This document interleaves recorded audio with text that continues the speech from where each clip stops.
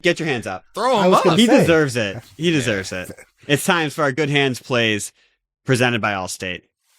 You're in good hands with Sam Darnold in the NFC Championship, going to the Super Bowl against a very, very good Rams pass rush. He deserved it today. It's something that I think going into this game, we had so many questions where people were calling him the liability for this, waiting for him to see ghosts against a Chris Shula defense where people did the quarter counting, being like, he's been dominated by Chris Shula in 11 of the last 12 quarters he's played, expecting that to continue.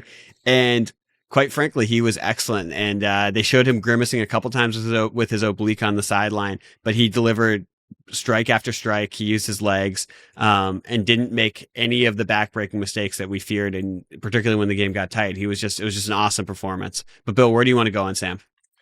Do we think that Sam Darnold used the same healing trailer that Matthew Stafford used before training camp? Like, wouldn't that be an incredible turn if they showed, at the Seahawks facility, he's got that there? I think what the Seahawks learned from the first two games is, like, we can't do this without Sam Darnold.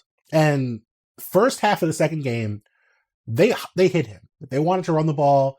His average air yards per attempt were under 1. Like, it was all throws to the line of scrimmage. It was basically just, hey, we want to not rely on Sam in these spots. And this was a game where, from the very start, they leaned heavily into the pass. They threw a ton. They did a great job of scheming stuff open, but Sam Darnold was 17 to 25 for 248 and 2 touchdowns when he wasn't using play action in this game, which I would bet are his best numbers in any game all year without play action. And it felt like they were throwing on early downs. It felt like they were being very smart about when they put Sam back. And then the ultimate trust, I felt like, was late in this game, right? Where when they're trying to run out the clock, when they're trying to hold on to a lead, nobody would have blamed them for just running into the line over and over again, just running clock. They repeatedly put the ball in Sam Darnold's hands on second down, on third down, and reap the benefits of doing so.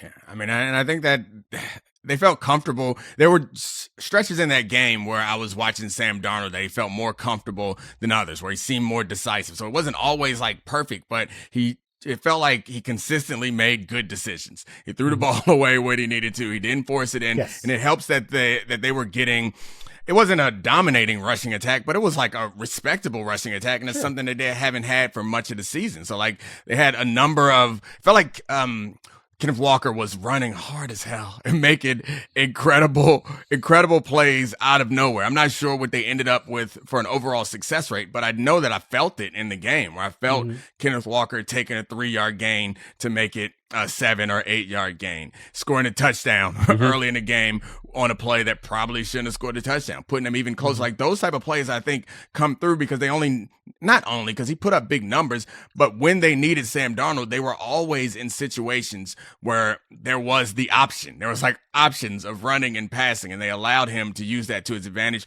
with or without play action, as far as like impacting the defenses that they were going to see and the expectations of the defense.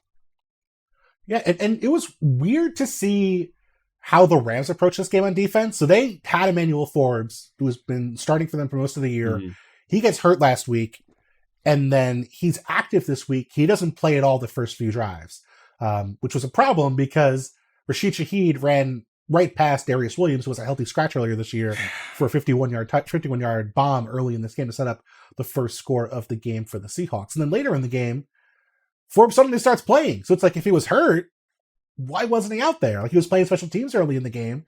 You put him in late. Like, it just was, it felt like they did not want to have to use the guy who's been their best cornerback for most of the season. And Sam Darnold took advantage, and he should have. Like, this was a game where they found mismatches over and over and over again.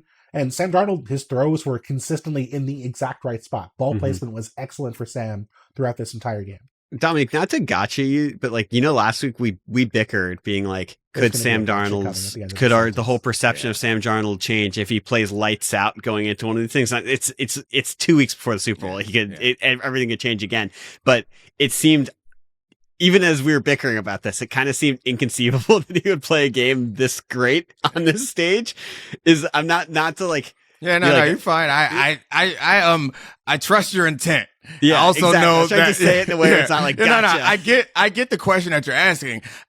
I don't think so. For those who didn't watch it last week, the point was I was making the point that what was on the table for all these different quarterbacks, and I was saying for Sam Darnold, it didn't feel like there was a whole lot on the table as far as his like legacy or whatever that word means, or how his perception. Honestly, it's like there is not much that could happen that would change Sam Darnold and change the way we view Sam Darnold in the same way that I would say for Drake May. If Drake May goes lights out in the championship game, which he didn't, we're then moving him up to the upper echelon. And I still kind of feel like, yeah, we're going to celebrate Sam Darnold, but he's been on 5 teams and he has so much baggage that I think it's going to take more than this really good championship game. Yeah. And I guess if he does it great in the Super Bowl also, we'll talk about him differently coming into next year. But I still think it's hard. I'm hard pressed to think that we're going to put him up in that top elite. Not that he hasn't played as well as those guys through stretches, especially early in the season, but it's hard for me to imagine that.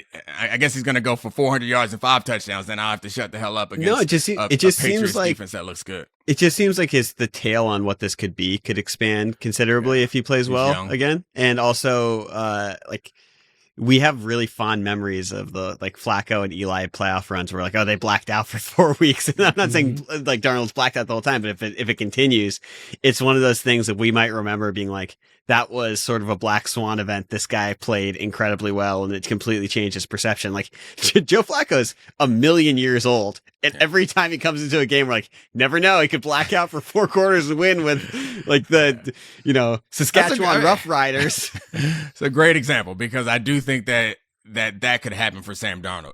But I also think that they win the Super Bowl this year, the trajectory for Sam Darnold high end, I think is similar to Joe Flacco. It's really, really good quarterback. But he's not going to jump up there in the neighborhood of those other guys. Yeah, for sure. But aren't you guys moving the goalposts here?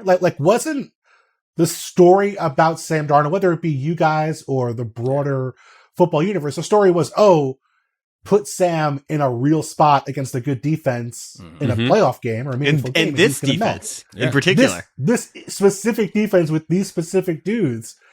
You can't say that anymore. You can't say Sam Darnold's going to melt down against a great team. He might have a bad game because anyone can have a bad game, but this is proof of concept. Dude did it.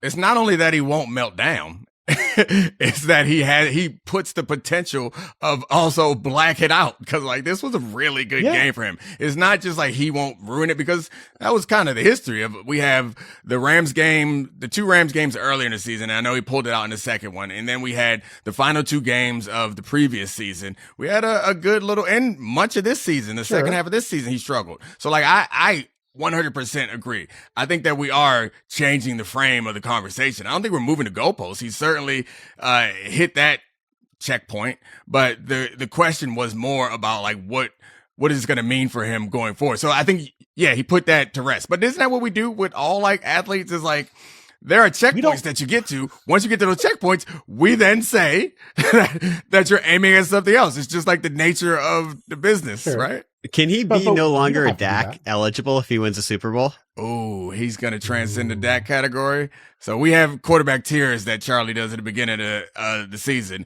And there is a tier of quarterbacks that Charlie calls Daks. It's a really, really high-end quarterback, but it's something else. But you win a Super Bowl, I think. I don't know if he can be a Dak. I think he might lose Dak eligibility. Doesn't necessarily mean that he elevates above. He's just a new category. Yeah. He might earn his own category, just the Sams. Ooh. I mean, I'm not saying you guys do this, but it just feels like we are changing the way we talk about Sam Darnold. And that's evolved over the past couple of years. This is not just a 1 week thing. The fact that he was good for the Vikings last season was a hint that he deserved the credit that he's going to get. And it's been really easy to sort of put a cap on what our expectations are, what the ceiling is. We just saw him against a really good defense that was in his brain after a few really bad performances. Right.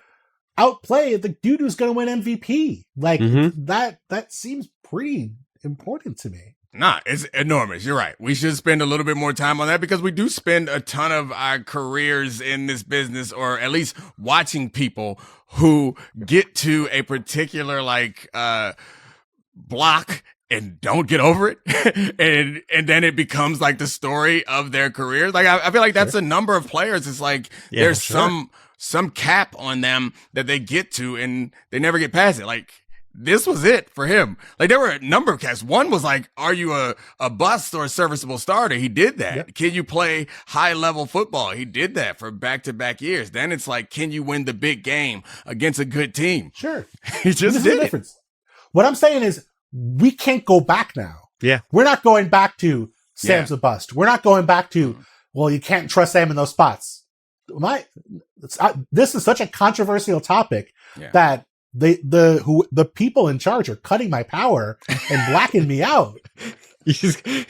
I think you just got Simmons when he was talking about the decision on ESPN. He's like, I have one more thing to say about the decision. Boom, black screen. I mean, we got to remember, 12 months ago, the Minnesota Vikings were like, they Colin Cowherded and said, no, we're good here. You can go now.